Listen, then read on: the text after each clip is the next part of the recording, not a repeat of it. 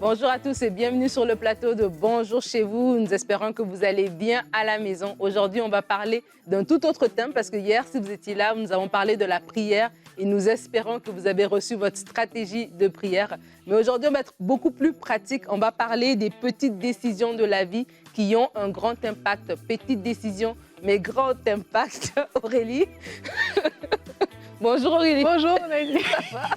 Je sais ce que tu penses. Non, j'ai pris une décision de venir sur ce plateau et j'espère qu'elle aura un grand impact. Ok, on espère tous. Et on est avec toi, Annabelle. Aujourd'hui, on parle des petites décisions de la vie comme ça qui peuvent avoir un impact sur notre destinée, même sur notre vie à long terme, les petites choses du quotidien. Et dans le couple aussi, il y a ces choses-là qui peuvent faire la différence. Et tu vas faire une rubrique couple et relations. Ouais, voilà. Parce que c'est au quotidien qu'on peut détruire ou construire son mariage. Donc, on va en parler dans un instant dans Bonjour chez vous. Bravo, bravo, merci. Alors, on va commencer avec toi, Aurélie, justement, dans la pensée du jour.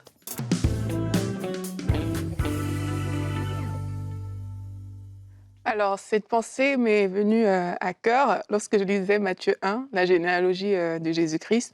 Et il y a deux cas qui ont principalement retenu mon attention, c'est celui de Rahab et de Ruth. Et l'histoire de Rahab, on la retrouve dans le livre de Josué. Et il y a une chose que Rahab elle a faite, c'est qu'elle a choisi de cacher les espions.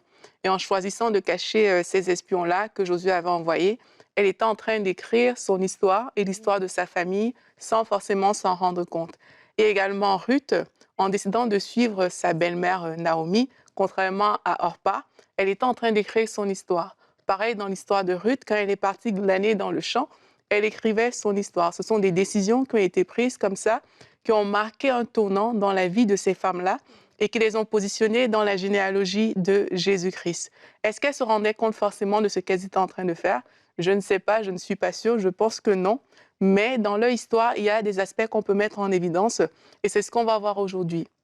Pour Ruth, elle a fait une déclaration, on dit, Naomi dit à Ruth, ça c'est dans Ruth 1, à partir du verset 15, « Voici ta belle-sœur est retournée vers son peuple et vers ses dieux. Retourne comme ta belle-sœur. » Ruth répondit, « Ne me presse pas de te laisser, de retourner loin de toi. Où tu iras, j'irai. Où tu demeureras, je demeurerai. Ton peuple sera mon peuple et ton Dieu sera mon Dieu. » En déclarant que le Dieu de Naomi sera son Dieu, elle a déclaré en fait sa soumission à Dieu. Elle a déclaré qu'elle croyait en ce Dieu-là. Et voilà comment son histoire à elle a changé. Et si on va du côté de Rahab, on voit dans Josué 2 au verset 8 qu'elle a dit aux espions, « Je le sais, l'Éternel vous a donné ce pays. La terreur que vous inspirez s'est emparée de nous et tous les habitants du pays tremblent devant vous. En effet, nous avons appris comment à votre sortie d'Égypte, l'Éternel a asséché devant vous les eaux de la mer, les roseaux et comment vous avez traité les deux rois des Amoréens. » En parlant comme ça, Rahab a cru en Dieu et elle a choisi de faire confiance en ce Dieu qu'elle est en train de décrire, qui a précipité l'Égypte d'une certaine manière, qui a vaincu l'Égypte. Et en faisant ça, elle s'est associée quelque part aux rebelles, parce qu'on dit même dans Hébreux 11 au verset 31 que c'est par la foi que Rahab, la prostituée, ne périt pas avec les rebelles, parce qu'elle avait reçu des espions avec bienveillance. Donc par la foi, ça veut dire que Rahab a eu confiance en Dieu en ce moment-là. Donc, les décisions que vous prenez aujourd'hui, qui sont inspirées par Dieu, en fait, ou qui montrent votre confiance en Dieu, mais ce sont des décisions de vie. C'est ce que j'ai envie de vous dire aujourd'hui. C'est qu'il y a des décisions comme ça, on les prend, on ne sait pas forcément où elles vont nous mener, mais dès l'instant où votre décision est basée sur votre foi en Dieu, la confiance que vous choisissez de mettre en Dieu, sachez que c'est des décisions de vie que vous êtes en train de prendre. Imaginez toutes les personnes qui ont décidé de ne pas entrer dans le bateau avec Noé, parce que ça semblait ridicule. Elles ont choisi de ne pas prendre cette décision-là. Imaginez des personnes aujourd'hui qui ne sont pas sauvées, parce que le salut a l'air d'être quelque chose de trop simple pour elles. Imaginez les personnes qui, à cause d'une petite décision, ont succombé à la tentation et ont détruit toute leur famille. Donc parfois, ce sont des petites choses, mais ça peut avoir un grand impact. Et pour pouvoir prendre des décisions de vie, des décisions vraiment qui vont comme ça bâtir et construire et qui vont vous positionner dans votre destinée, mais il faut vous soumettre à Dieu, comme on a vu avec Ruth et Rahab. Et alors que vous vous soumettez à Dieu, vous allez voir que les choses vont s'enchaîner d'une manière qui glorifie Dieu. Elles vont s'enchaîner d'une manière à ce que vous ne chutez pas dans votre vie, mais que vous allez toujours de l'avant. Amen, amen. Merci beaucoup Aurélie pour ta pensée.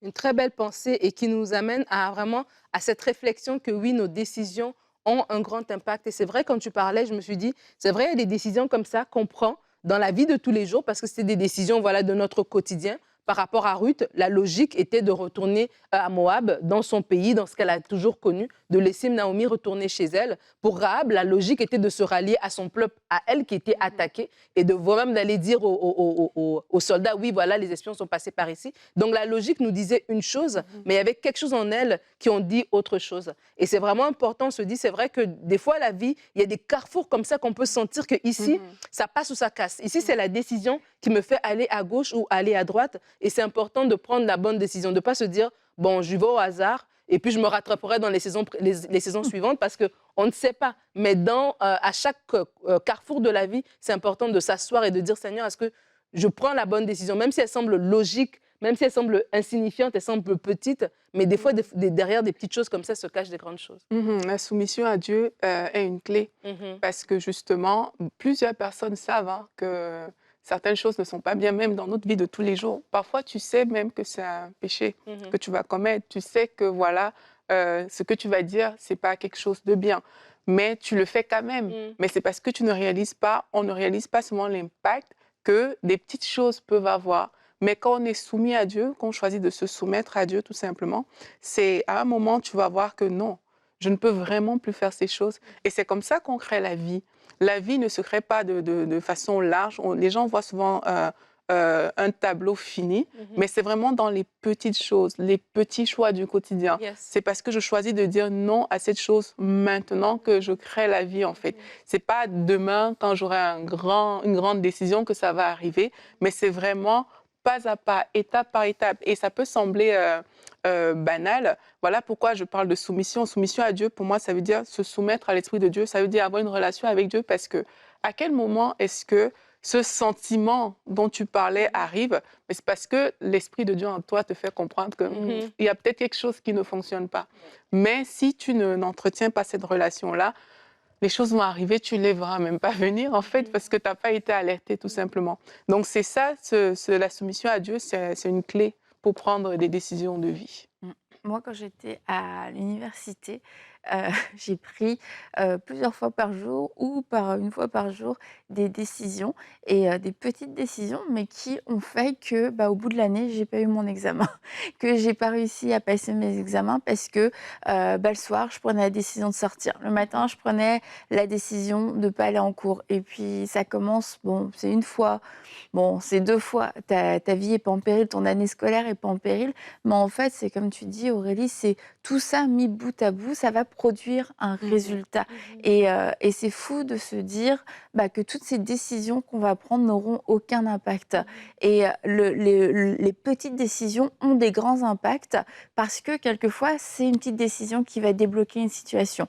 Mais aussi souvent, c'est qu'une petite décision amène une autre petite décision qui va produire quelque chose. Tu creuses tous les jours un petit peu dans ton jardin, tu donnes 2 coups de pelle, au bout d'un moment, tu vas avoir un trou dans ton jardin et tu ne pourras pas te réveiller en te disant « mais pourquoi j'ai un trou dans mon jardin ?»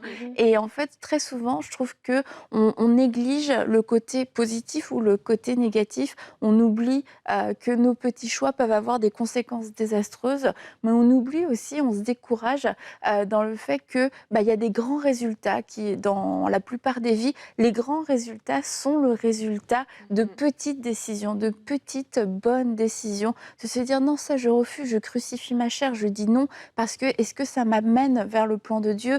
Est-ce que ça glorifie Dieu? Est-ce que ça me pousse vers mon objectif? Et puis quand on a développé cette manière de penser, en fait, ça devient de plus en plus automatique. Non, je fais pas ça parce que ça, c'est pas bon pour moi. Ça ne m'apporte rien, ça me fait perdre du temps. Et puis on avance et on grandit et on apprend à prendre des bonnes décisions. Moi, quand j'étais jeune, moi, j'ai perdu mon père à 17 ans. Et c'est comme du jour au lendemain, tu deviens adulte, en fait. Et je me rappelle avoir médité un verset qui dit que moi, la sagesse, j'ai pour demeure le discernement et je possède la science de la réflexion. Et ce verset m'a accompagné pour mes décisions au quotidien, pour les décisions par rapport à l'école, pour les décisions après par rapport au mariage, pour plusieurs décisions et tout ça par rapport à plusieurs choses dans ma vie. Et je me rends compte, en fait, que oui, il y avait vraiment des moments qui semblaient pas d'être des moments tournants, mais qui ont été des moments tournants par rapport aux décisions que j'ai prises. Et c'est peut-être pour vous aussi de faire l'exercice et de regarder derrière vous. Vous avez peut-être 30 ans, 25 ans, 48 ans, 70 ans, peu importe. Est-ce que dans des moments tournants de votre vie, vous étiez même conscient que c'était une décision tournante ou bien vous avez pris les décisions au fur et à mesure? Et si vous vous rendez compte que oui, vous avez loupé des sorties comme ça, entre guillemets, dans votre vie, parce que vous avez minimisé que c'était un moment décisif de décision, c'est à ce moment-là de s'asseoir et de demander la sagesse de Dieu tout simplement pour pouvoir corriger le tir. Parce que des fois, on a un calcul. On dit, ben moi, une grande décision, ça va être juste telle chose. Rebecca se disait peut-être une grande décision de mariage, c'est quelqu'un viendra chez moi et demandera à mon père ma main. Mais en fait, c'est quand elle a servi comme ça, un truc banal, qu'elle servait de l'eau au chameau d'Éliézer et tout ça, que voilà, la demande est arrivée. Donc ne minimisez pas, peut-être il y a des choses qui pour vous ne semblent pas être des moments clés de grandes décisions, mais c'est des grandes décisions. Lorsque tu choisis de pardonner, lorsque tu choisis de marcher, de ne plus marcher dans l'offense, ça semble petit, mais c'est une grande décision parce que ça corrige ta trajectoire, en fait. Ça t'ouvre d'autres portes que tu n'aurais pas eu accès si tu serais resté dans ton offense. Donc, ce n'est pas juste des décisions, voilà, l'école et tout ça, le travail, mais même dans notre décision, notre soumission, comme tu dis, de se soumettre à la volonté de Dieu, de se soumettre à sa parole. Dieu me dit de pardonner, Dieu me dit d'aimer. Alors, dans cette situation, je choisis de faire ça. Mais cette petite décision, Dieu dit, ah, comme tu veux m'honorer, moi, je vais m'occuper de toi, en fait. Effectivement. Et c'est aujourd'hui que ça se décide, hein, parce que certaines personnes ont effectivement vu qu'à cause des choix qu'elles ont faits, leur vie a peut-être dévié dans un sens qu'elles n'aiment pas. Mais c'est aujourd'hui que ça se décide de prendre des décisions qui auront un impact sur la vie. Aujourd'hui, vous pouvez rebrousser chemin par rapport à des choses que vous avez faites. Vous pouvez choisir aujourd'hui de dire, OK, voici la vie que je veux mener. Je veux vivre une vie qui glorifie Dieu. Et pour glorifier Dieu, mais il y a des choses à mettre en place. Parce on parle de prendre des petites décisions. Ce n'est pas juste, comme on a dit que parfois on ne sait pas, tu le vis juste comme ça. Mais aujourd'hui, tu peux aussi prendre une décision avec Dieu pour dire, Saint-Esprit, je veux que tu me conduises. Et je ne veux pas juste que ce soit le fruit du hasard. Montre-moi les choses, en fait. Quand Dieu dit à Abraham de quitter son pays pour partir, mais en fait, c'est une décision de se lever et de partir. Il y a peut-être des choses que le Seigneur vous a dites et c'est une décision de dire, je vais y aller en fait. Et puis y aller, c'est de mettre un ensemble de choses autour de vous qui vous permettent de vivre cette vie-là en fait et de marcher dans cette vie. C'est de mettre aussi des petites barrières qui permettent que, OK, là, quand je suis en train de m'éloigner, je comprends que il y a un warning quelque part qui est en train de me dire non, tu es en train de dévier du chemin. Donc ça, c'est des choses qu'on peut mettre en place. C'est aussi ça la sagesse, hein, de comprendre que voici le chemin où je vais. Dans le cas où il y a des propositions indécentes qui viennent vers moi, je choisis de ne pas aller dans ce sens. Tout simplement, je ne veux même pas laisser ces choses rentrer à l'intérieur parce que je sais exactement où je vais. Trop souvent, la tentation, les gens savent qu'ils sont tentés dans beaucoup de cas, mais c'est comme si on flirte souvent avec la tentation, mais quand tu choisis de prendre des décisions de vie, mais tu choisis d'éliminer tout ce qui pourrait être une porte éventuelle à ce genre de choses. Et je crois que plusieurs parmi vous, c'est ce que Dieu vous appelle à faire aujourd'hui. Prenez cette décision de les éradiquer et vous allez voir que votre vie va suivre un tournant qui est le tournant que le Seigneur veut pour vous. Amen, amen. Merci beaucoup Aurélie. Tu parles de sagesse, alors on va tout de suite lire ensemble notre verset du jour qui se trouve dans Jacques. Jacques chapitre 1, le verset 5. La Bible dit, si l'un de vous manque de sagesse, qu'il la demande à Dieu, qui donne à tous simplement et sans faire de reproches, et elle lui sera donnée. Un très beau verset qui nous montre encore l'amour de Dieu. Si on ne sait pas quoi faire, si on ne sait pas quelle décision prendre, il est là et on peut tout simplement aller vers lui et lui demander et il va nous montrer. Et dans notre couple aussi, on a des décisions à prendre et on peut se tourner vers Dieu ou aujourd'hui se tourner vers Annabelle qui est inspirée de Dieu pour nous partager plusieurs conseils dans la rubrique Couple et relations.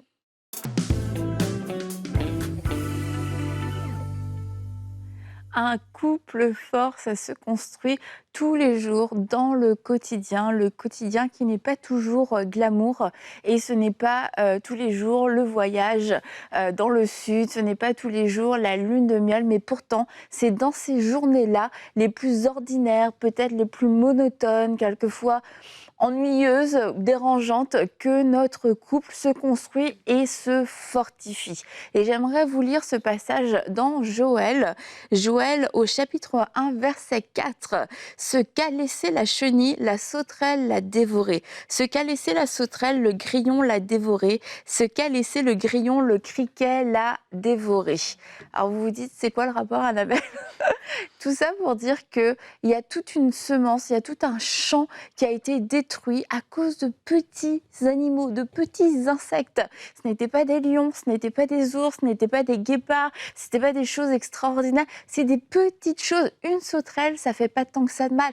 Un criquet, ça fait pas tant que ça de mal. Un grillon, ça fait pas tant que ça de mal. Mais tout ça cumulé à travers les jours, les années, eh bien, ça amène une dévastation. Et bien souvent, dans les couples et dans les mariages, on a tendance à miser sur les grands moments, les moments forts, nos 10 ans de mariage, nos 20 ans de mariage, un anniversaire, etc. Mais entre-temps, qu'est-ce qui se passe? Entre-temps, est-ce qu'il y a de la vie dans votre couple? Et un mariage se construit au jour le jour. Et ces choses les gestes qu'on va poser au quotidien vont être des fondations. Alors la première chose, le premier point, c'était ne néglige pas aujourd'hui. Ne néglige pas aujourd'hui. Ne dis plus « Ah, quand on aura le temps ». Quand on aura le temps, on prendra le temps pour nous. On ira se balader parce qu'on travaillera moins, parce qu'on aura le temps d'aller au restaurant. Quand les enfants seront grands, eh bien là, on profitera parce que là, avec les enfants, c'est pas facile de s'organiser. Il faut les faire garder, c'est toute une logistique. Quand on aura plus d'argent, mais peut-être que quand on aura plus d'argent, vous serez tellement éloignés l'un et l'autre que l'argent servira à payer une portion alimentaire. Quand on sera à la retraite, eh bien, on aura du temps, on va pouvoir profiter, on voyagera, etc., etc. Mais si nous n'avons rien fait pendant toutes ces années de travail où nous ne sommes pas à la retraite, on va se retrouver comme deux étrangers. Qui êtes-vous, monsieur? Qui êtes-vous, madame? Et là, on aura peut-être plus de défis pour justement parcourir le monde ensemble parce qu'on n'aura pas su s'apprécier et apprendre à se connaître au quotidien. Ou encore à nos 10 ans, nos 20 ans de mariage, comme je le disais. Bref, dans le futur, on ne peut pas construire un mariage en vivant soit dans le futur, soit sur un souvenir. Oui, mais tu te rappelles quand je t'ai offert ce super cadeau, quand on a fait ce voyage, quand on allait dans ce restaurant. Ouais, mais ça fait 5 ans en fait. Et depuis, il ne s'est rien passé. Et là, c'est le temps qu'on laisse, ce vide qu'on laisse pour que la sauterelle, le grillon et tout ce que vous voulez puisse passer, toutes ces petites choses puissent venir dévorer la romance, venir dévorer la passion, dévorer la confiance et puis instaurer de la distance, instaurer quelquefois même de la méfiance parce que nous avons négligé le quotidien. Autre chose, c'est s'aimer au quotidien. Et là, c'est de façon un peu plus pratique, comment s'aimer au quotidien. Parce que je sais, il y en a, vous vous dites, mais après avoir suivi cette émission, vous avez compris que c'est les petites décisions qui font toute une différence. Ça change quoi de faire un petit bisou? Ça change quoi de venir dire au revoir quand je pars de la maison ou quand j'arrive de la maison?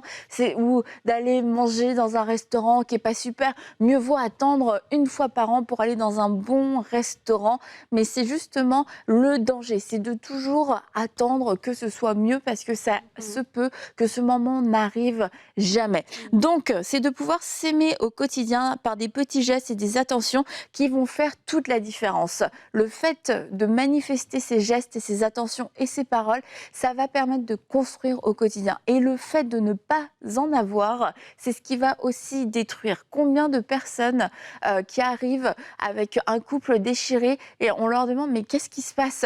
Ah, c'est plein de choses. Et puis finalement, tu écoutes les gens et tu te rends compte que c'est le fait de ne pas avoir su s'aimer au quotidien qui a manqué. Ça a créé des manques de communication, ça a créé un sentiment de ne pas se sentir aimé, d'être négligé, de ne pas être compris. Et tout ça, c'est un jour, une semaine, 6 mois, 1 an, et quelquefois 10 ans et plus, on arrive au résultat avec des conclusions qui sont fausses. Tout ça parce qu'au quotidien, nous n'avons pas posé ces petits gestes. Et quelquefois, c'est pas inné. Alors, on peut demander au Saint-Esprit. On peut vraiment demander au Saint-Esprit. Et je vous encourage à le faire. Si vous ne savez pas comment poser des petits gestes, vous ne savez pas quels petits mots dire pour pouvoir aimer au quotidien, demandez de l'aide au Saint-Esprit. Parce que vous en avez besoin. Comme on l'a lu tout à l'heure dans le verset du jour, que celui qui manque de sagesse la demande. Peut-être vous manquez de sagesse dans votre couple et vous avez manqué de sagesse parce que vous avez négligé ce quotidien, vous avez négligé cet amour au quotidien, vous visez toujours les grandes occasions. Alors demandez aujourd'hui au Saint-Esprit sagesse, intelligence, inspiration. Montre-moi comment mon mari a besoin d'être aimé aujourd'hui. Qu'est-ce qui va faire la différence? Personnellement, j'aime tellement, moi, quand on me prépare un café le matin, même si je le bois pas. Et oui, c'est ça aussi. Quelquefois, on est un petit peu difficile. Il y a des petits gestes qui nous touchent. Mais moi, si je bois pas mon café, j'ai envie de me dire, ça sert à quoi? Je te prépare un café. Tu me l'as préparé, c'est gentil. Et en plus, ça sentait le café quand je me suis levée. Mais ça, ce sont des choses ça, c'est quelque chose qui, moi, me fait très plaisir le matin. Tout de suite, ça me met de meilleure humeur parce que je ne suis pas de mauvaise humeur en me levant.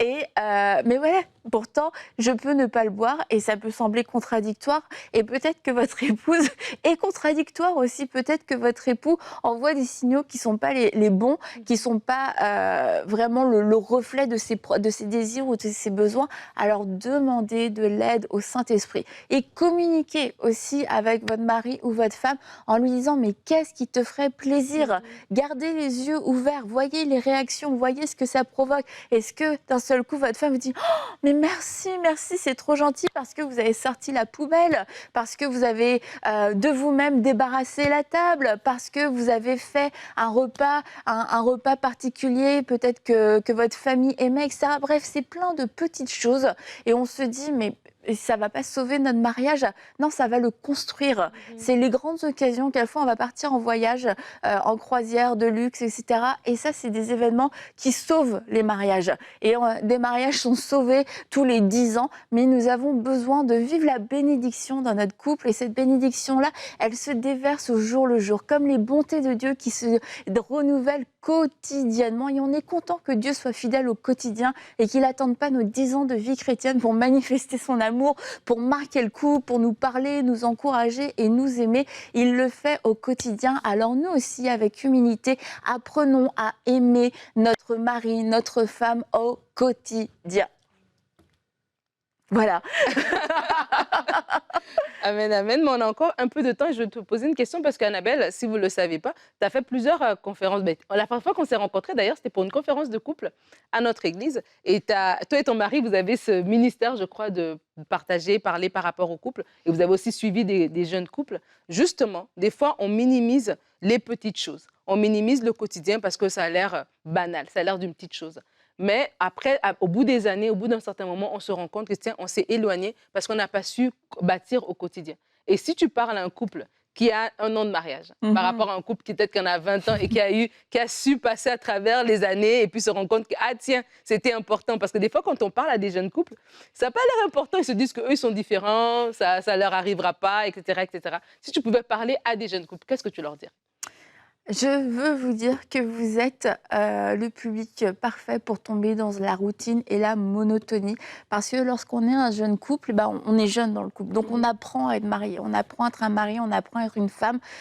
Et on apprend du coup à se défocaliser de soi-même, à être moins égoïste.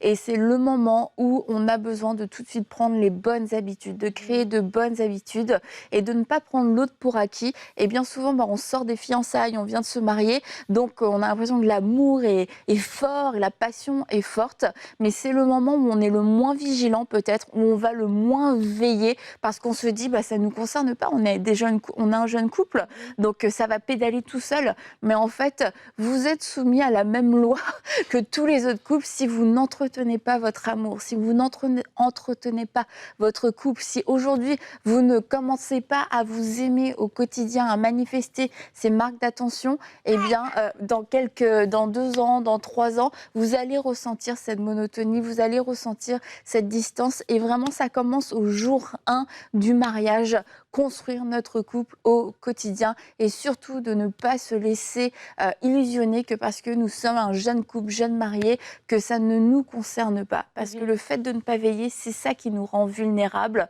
et qui nous expose au danger. J'ai vu une citation, je suis désolée.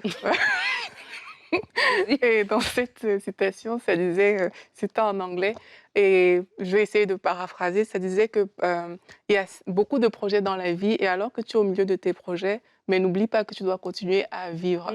Et je pense que quelquefois, c'est ce qui se passe, c'est qu'on est submergé par différentes sortes de projets, peut-être dans des couples, et on oublie en fait que le mariage, c'est aussi un projet. On le laisse de côté et on se retrouve en train de traiter tellement de choses, et on ne traite plus ce mariage-là comme on devrait le faire. Et je pense que c'est important de réaliser que oui, les projets vont toujours arriver, il y aura toujours des choses qui seront là, mais il y a aussi des choses importantes qu'il ne faut pas juste bâcler ou laisser de côté, parce qu'on voit des grands projets, mais le mariage, c'est aussi un projet qui est très important, et on doit pouvoir, parce qu'il est important, s'arrêter et poser des actes concernant le mariage au quotidien. Et en parlant de ça, justement, quand je t'entendais, Annabelle, je pense aussi à des couples plus âgés, dans le sens que vous avez plus d'années de mariage. Et moi, personnellement, une chose que je me suis toujours promis... Après tes 50 ans de mariage. J'y arriverai à 50 ans. Oui, et à 100 ans, c'est de ne pas prendre l'autre pour acquis. Ne pas prendre l'autre pour acquis, ça a l'air, oh, mais non, mais écoute, on avance. Non, ne prenez pas votre conjoint pour acquis, ne prenez pas votre femme pour acquis. Et vraiment, si vous avez cette pensée-là, ça va vous aider à faire l'effort de faire un café qui ne sera pas bu, à faire l'effort de fermer des portes d'armoire, à faire l'effort de faire plein de choses, en fait. Et je crois que ça, c'est une pensée que le monde nous a amenée, que le mariage, c'est comme dans les films.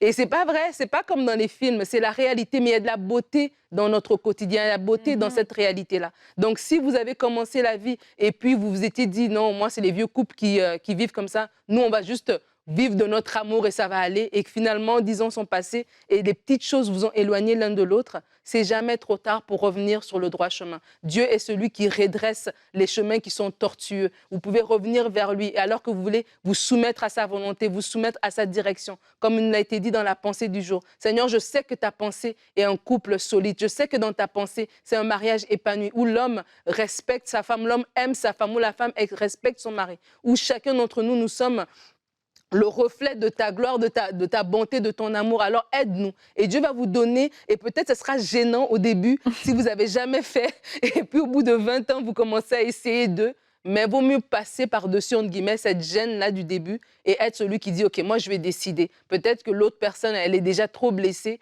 pour commencer à faire des petites décisions, mais moi, je vais faire les petites décisions. Moi, je vais dire bonjour. Moi, je vais dire merci. Moi, je vais débarrasser. Des petites choses qui semblent anodines, mais qui vont faire la différence dans votre couple. Et vraiment, on veut déclarer cela, que votre couple va refléter la gloire de Dieu, que vous serez mariés et heureux. C'est possible, oui, d'être marié et être heureux. Alors, c'est notre souhait pour vous. Et on va se voir demain. Demain, notre thème sera tout autre. Tu peux traverser cette épreuve, sera le thème que nous allons traiter. Et Omer sera de retour avec nous pour une question. Je passe par des temps difficiles et tous m'ont abandonné. Que faire? Nous allons voir ça demain. Merci de nous avoir suivis et bonjour chez vous.